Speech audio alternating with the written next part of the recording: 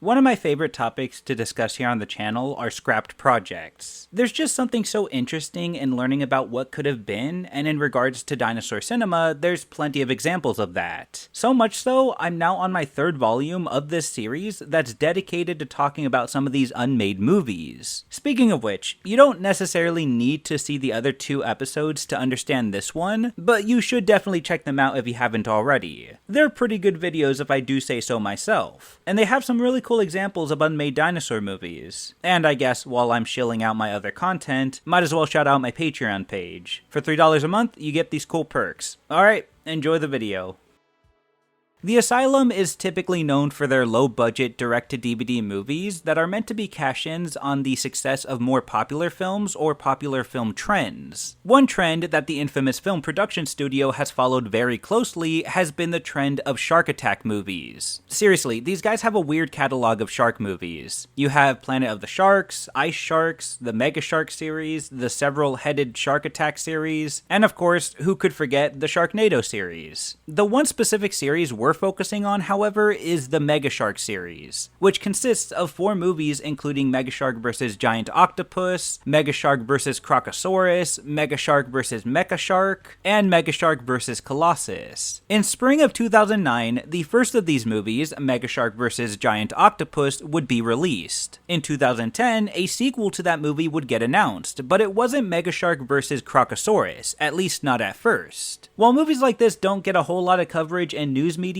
according to several blog sites, a movie poster at a 2010 Cannes Film Festival for an upcoming Asylum monster flick called Mega Shark vs. Giganotosaurus was revealed in a news report from CNN that no longer exists. And just given from the poster, you could already tell this movie was going to be a masterpiece. Alright, all jokes aside, obviously, given the title of this video, this movie was never made. Instead, in its place, we had Mega Shark vs. Crocosaurus that was released in December 2010. While there was never a reason that was given for the movie's cancellation, it's not hard to understand why they changed the main enemy against Mega Shark from a terrestrial theropod dinosaur to a fictional, oversized aquatic reptile. There were a few blog sites that covered the news of this weird movie back around mid-2010 when the poster was revealed, and one of the common concerns and or questions that I saw was how these two monsters were possibly going to have a fair fight, given there's not a real feasible way for them to clash without one invading the environment of the other, giving that opponent a massive disadvantage against the other. That, and it just seems like it would be an even more weird and awkward movie than Asylum's usual lineup. The only piece of evidence that we have now of this movie is this weird movie poster that was made for it, which shows the two monsters locked in combat with the Giganotosaurus in a rather weird position. Seriously, its leg looks really broken and misplaced here, but the dinosaur was later replaced with Crocosaurus in a different poster. It's definitely an interesting entry considering we don't get to see very many cancelled Asylum movies.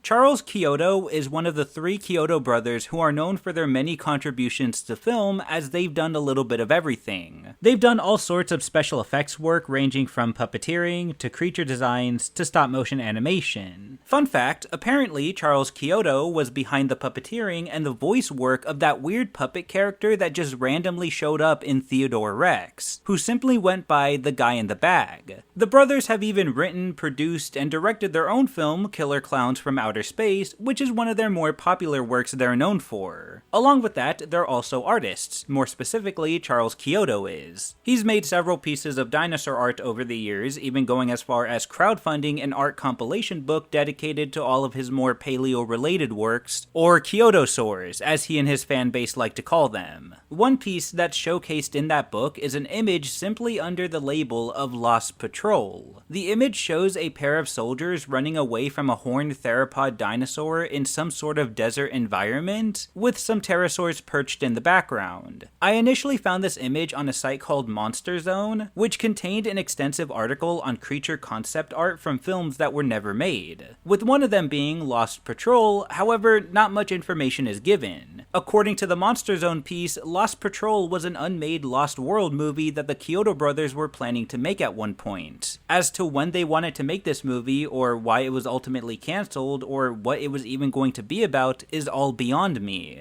I really couldn't find anywhere else that mentioned this movie, and when I tried to reach out to the Chiodo brothers to get any more information about it, I got no response. Maybe one day they'll reveal more about this mysterious movie, but for now all we have is this piece of concept art from it.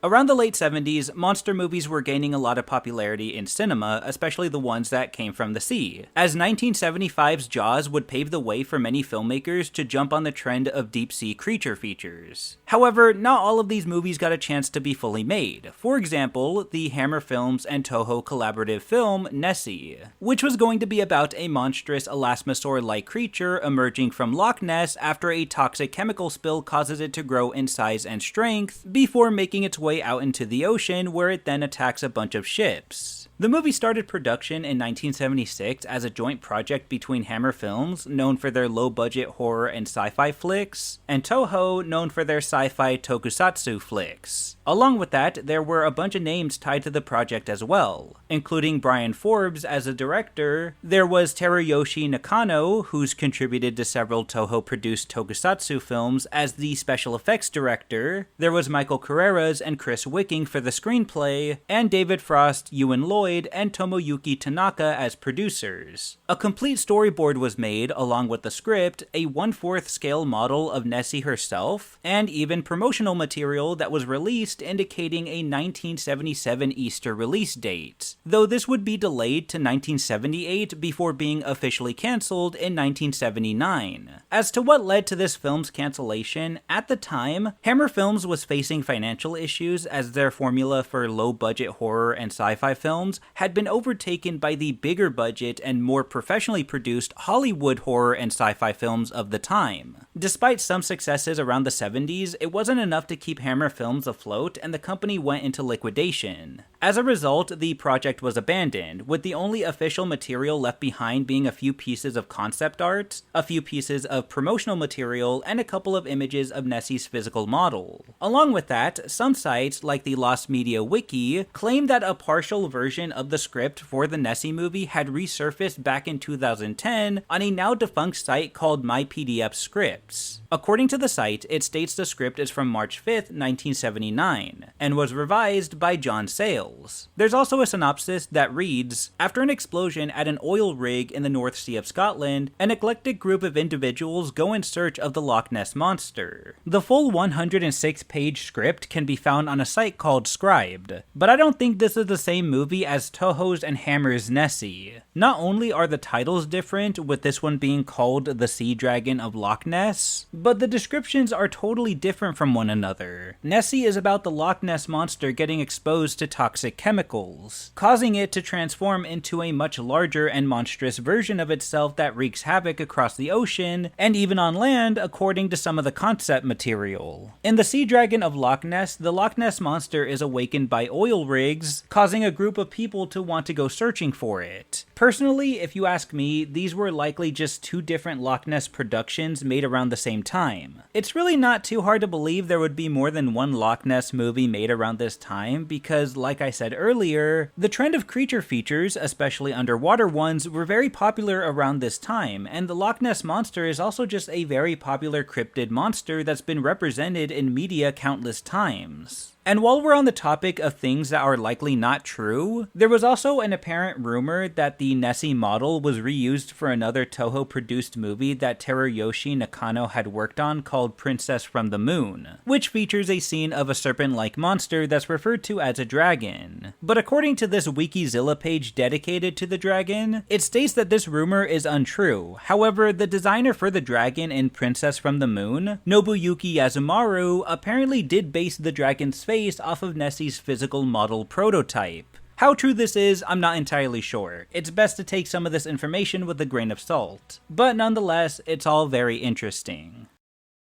On March 27, 2019, comic book and film artist Ricardo Delgado uploaded an image to his Facebook page. According to what he wrote out alongside it, he states, "Storyboard panel from an unmade dinosaur feature I worked on with Samurai Jack creator Genndy Tartakovsky over 10 years ago. Genndy was and is a kind man and a true pro. A guy who never lost sight of how fun this movie making stuff was supposed to be. That to me is one of the treasures of this business, meeting and working with great kind people." For those of you that don't know, Genndy Tartakovsky is also an artist who's directed, produced, and animated several film and TV projects, including Dexter's Laboratory, Symbionic Titan, Star Wars Clone Wars, and of course, Primal. The image itself depicts a scene in which a small dinosaur, possibly a young theropod of some kind, is trying to get away from the jaws of a large aquatic reptilian, possibly a mosasaur of some kind. Then, on January 6th, 2021, Delgado uploaded yet another concept piece from this unmade cancelled dinosaur film to his Facebook page with the caption, "A storyboard panel from my unrealized dinosaur movie collaboration with Genndy Tartakovsky. Truly a good dude in a ruthless at times business." This image depicts a herd of various different dinosaurs running away from what looks like smoke in the background. Or maybe that's supposed to be trees or foliage or something. I'm not really sure. Regardless, like the previous image, there's not much more context given. And finally, on December 20th, 2021, storyboard artist and animator David Krentz uploaded a few more concept images of this unmade movie to his own Facebook page with a caption that reads, "So they announced Atrociraptor would appear in Lost Jurassic Kingdom World Park 7. We almost managed to bring Atrociraptor to the big screen in a realistic dinosaur film with no talking directed by Genndy Tartakovsky way back in 2007. I was the production designer of this film, but also did character designs and storyboards. Here are a couple images from it. Remember, it was 2007, so the understanding of what a feathered raptor might look like was not what it looks like now. I think some of these are when we chose a Troodon as the main character. But I made a case for Atrociraptor, and mostly those changes were applied when the show was starting to lose steam. There was a push to put narrations over the visuals, and as far as I remember, Genndy didn't want to make that movie.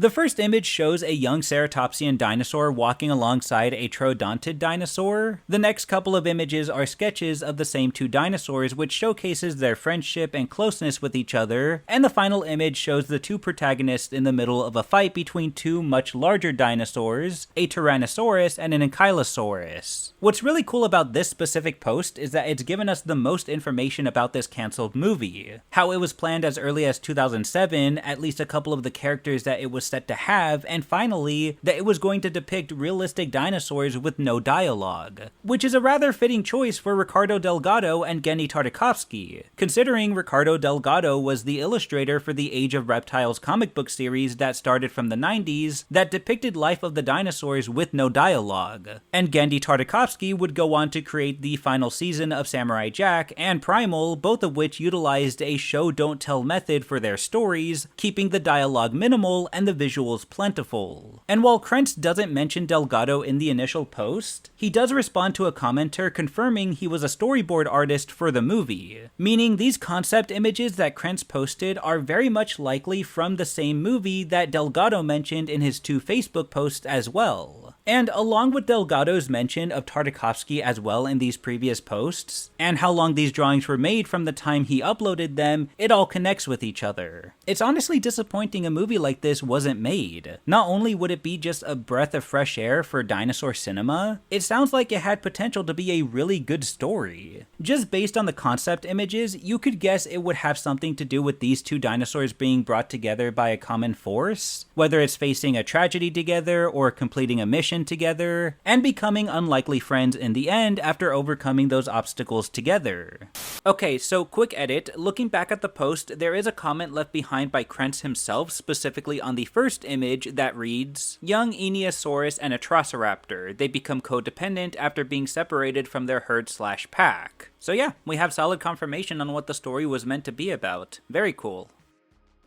In 1984, science fiction author Harry Harrison would publish his fictional alternative history dinosaur book titled West of Eden, which depicts a world in which dinosaurs never went extinct, and instead, two groups of intelligent life evolved, one being a caveman human-like race called the Tanu, and the other being an advanced race of humanoid reptiles called the Yalane. And the book, followed by two sequels, would cover the several year-long war the two groups would have against each other. That's all from the perspective of our main Tanu character, Carrick. At one point, it seemed this book was going to have its own film adaptation, though unfortunately, nothing came of this and hardly anyone has acknowledged it. I was only able to find a couple of mentions of it on a couple of different blog sites, one of which was from film director and screenwriter Alex Cox. In one post that he made titled Harry Harrison and the Russians, he talks about Harrison's literary relationship with the country of Russia, how his books gained a lot of popularity over there, how they mistakenly wrote and pronounced his name as Gary Garrison instead of Harry Harrison, due to how Russian pronunciations work, I guess, and his attempts to get film adaptations of his books off the ground with the help of a couple of different Russian media companies, one of which was called Gazprom that bought the rights to Harrison's Death World book. Though brief, there was mention of this possible movie adaptation to Harrison's West of Eden book. According to Cox, he states in this post, "As far as I know, Gazinvest never exercised their option on Death World. A smaller Russian company did option West of Eden, Harry's first novel about an Earth on which dinosaurs never became extinct. I don't know what became of that. Harry told me he thought they were working on an animated version, and those things take time." While not a lot of information, the mention of a West of Eden movie was also brought up on a different site called Harry Harrison News Blog in a post written by Paul Tomlinson. It was an update about the progress of Harrison's Death World and West of Eden movie adaptations, which was posted back on May 30th, 2008. According to the site, meanwhile, a Russian film production company called Paradise have taken out an option on West of Eden with the aim of turning it into a 3D animated film. Harry Harrison will co-script, I believe, with Paradise's chief of production, I am so gonna butcher this, Armin Adilkanyan. Sorry if I mispronounced that.